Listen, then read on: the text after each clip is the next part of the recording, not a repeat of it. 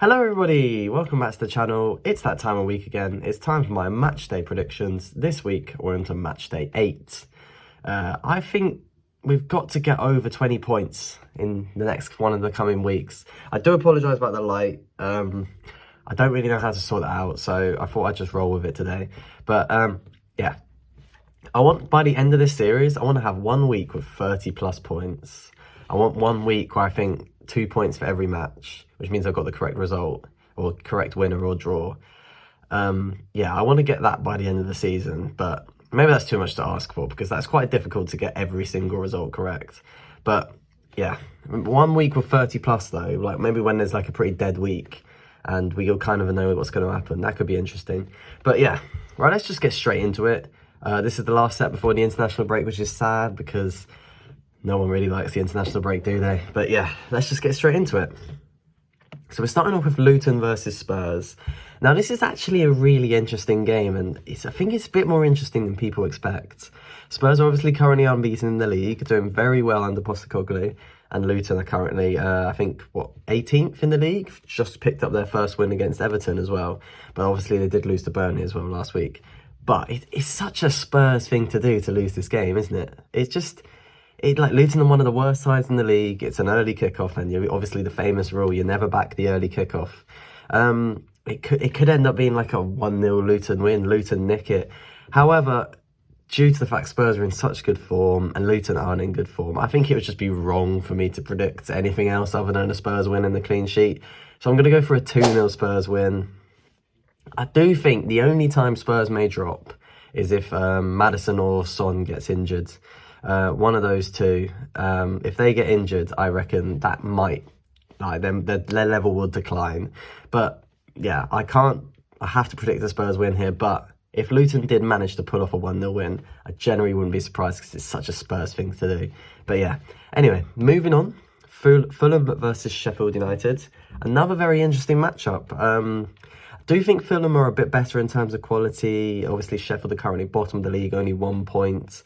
And Fulham, I mean, they're 13th, 2 wins, 2 draws, 3 losses. It's kind of similar to how they were last season. But I think Cameron Archer's got something to say in this game, like he did in the Everton one. And I reckon it's going to be a 1-1 draw.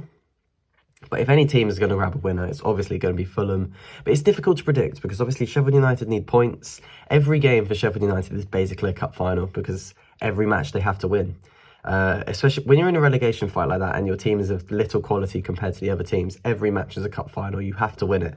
And obviously opposition little better than them in terms of Fulham. Like, I'm not saying Fulham are like bad, but they're not of the level of other teams in the league. So getting a point is just pivotal for Sheffield United in their bid for survival. So I'm going to go for a 1-1 draw. Very easily could be a 1-0 Fulham win. I was stuck between 1-0 Fulham and 1-1, but I'm going to go with 1-1. Then we move on to Burnley versus Chelsea. Another really difficult one to predict. Obviously, Burnley just picked up their first win of the season. First win back in the Premier League as well. First win under Vincent Kompany in the Premier League. And also Chelsea just got back to winning ways with they didn't score a single Premier League goal in September, but then they scored 2 in 2 minutes against Fulham. Mudryk scored his first goal for the club. Bro just got his first goal back from injury. Now both of these teams are obviously going to go into this match full of confidence and they're going to want to take home an extra 3 points just before the international break. It's important maybe just pick up 2 wins in a row before the international breaks and then they can consolidate something. Both these teams aren't overly clinical. They struggle to convert their chances. However, I'm going to go for a 2-1 Chelsea win. I think they win the midfield battle, and I think they're a slightly more clinical team than Burnley. I think they've got the better attacking players. I think Mudryk is going to have so much confidence now after that goal. As soon as he got 1 goal, I reckon he was going to start firing on all cylinders. But yeah, I'm going to go 2-1 Chelsea. Then we go into Everton, Bournemouth again. Why are these fixtures so difficult to predict? It's so close in terms of quality. But obviously, yeah, Bournemouth has still yet to pick up a win. Everton it seemed to disappoint me every single time I back them.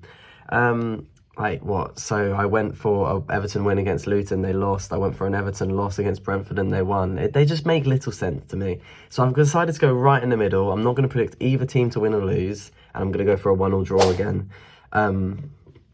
I mean, this game is massive in terms of what happens in the relegation battle, because I think Bournemouth are currently 19th. They're not doing very well at all. This new manager has changed it a lot, and I'm not a fan of it at all. They should have kept Gary O'Neill. But yeah, it's massive for both teams. I can't put them apart, so I'm going to go for a 1-1 draw. Then Manchester United versus Brentford. I'm going to this game tomorrow, so this is going to be interesting. I have a good track record of games that I go to, so hopefully we can pull off some 3 points here. But obviously, both teams have been pretty poor as of late. That loss to Galatasaray last week. Oh, I think I went through all the emotions during that game. It's unforgivable. It was a real low. It was a very poor performance. The only positive of that was Rasmus Højlund. He's some player, and he looked so good. His pace, his passing, his power, everything looked good in that game.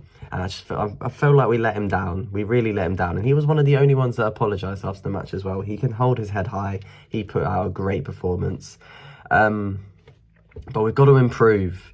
I don't want to let down his progress, because he's looking like he could be one of the best strikers in the world. But if he's playing for Man United, he's not going to get anywhere if we're playing like this. And we're so bad, so I hope we don't ruin him. But it's so important we pick up 3 points here. We need 3 points before the break. We cannot lose a third in a row before the international break. We need to somewhat get back on track, give more confidence back to the players. I don't know whether to drop Onana after several poor showings. I do think backing him is important. I don't think disrespecting him too much it's not gonna help his confidence. If we want him to do well, we need to back him. So I think a good game here. I reckon a clean sheet here would do him the world of good, but I'm not going to go for a clean sheet. I'm going to go for a 2-1 Man United win. It's either going to be this or 1-0 Man United. It's going to be very close and interesting. Not much between the two sides. I mean, Brentford, they've not been very good this season. They're not scoring too many goals, hence why I don't think they're not going to score too many chances in this one either. So I'm going to go for a 2-1 Man United win. Then we go into Crystal Palace versus Forest. Another very close matchup, although I do think Palace have the slight edge.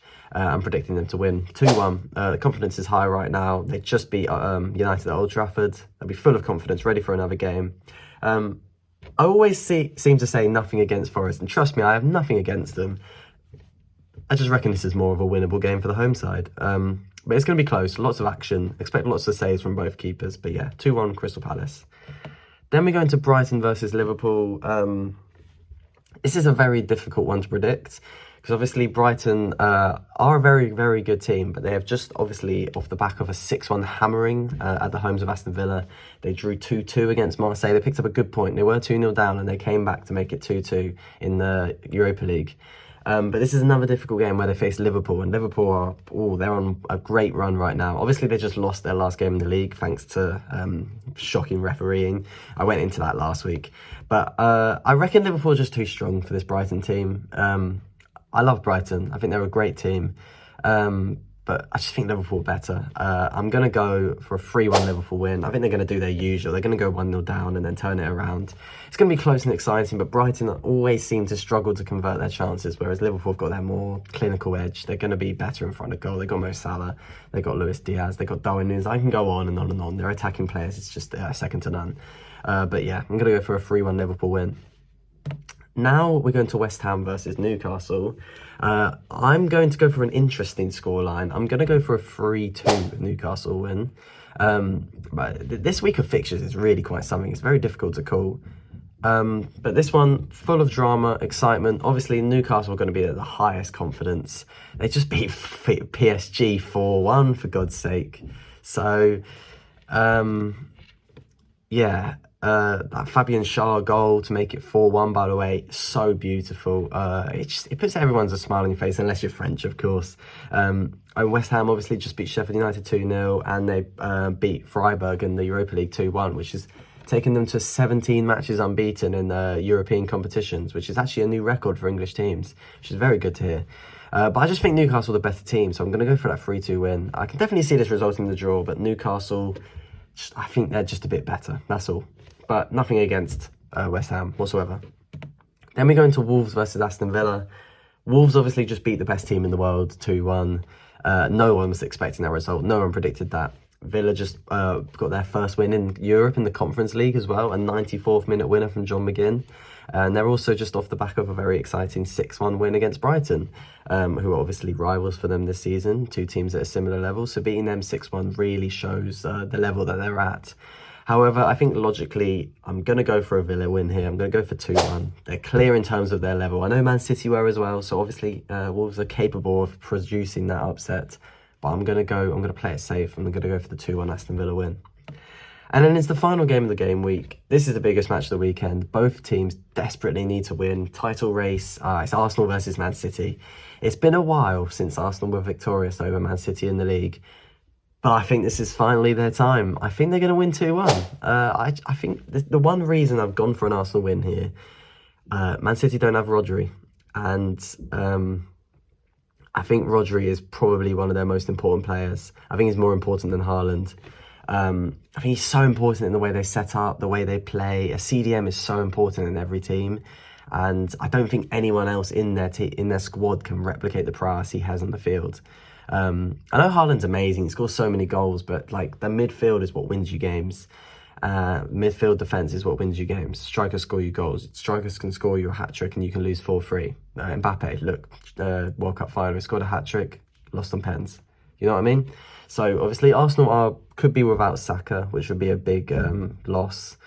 But I just think they've got decent attacking talent, and I've just got a feeling this is Arsenal's time. So I think it's going to be really close, but I think Arsenal are going to score a late winner, and that will give Arsenal so much more confidence, because I think a lot of their fans have been unconvinced so far this year. Even though they are still unbeaten, there have been some unconvincing performances, let's just say that. But yeah, those are my match day predictions. I hope you enjoyed the video. It's going to be an exciting game week. I cannot wait to go to the game tomorrow.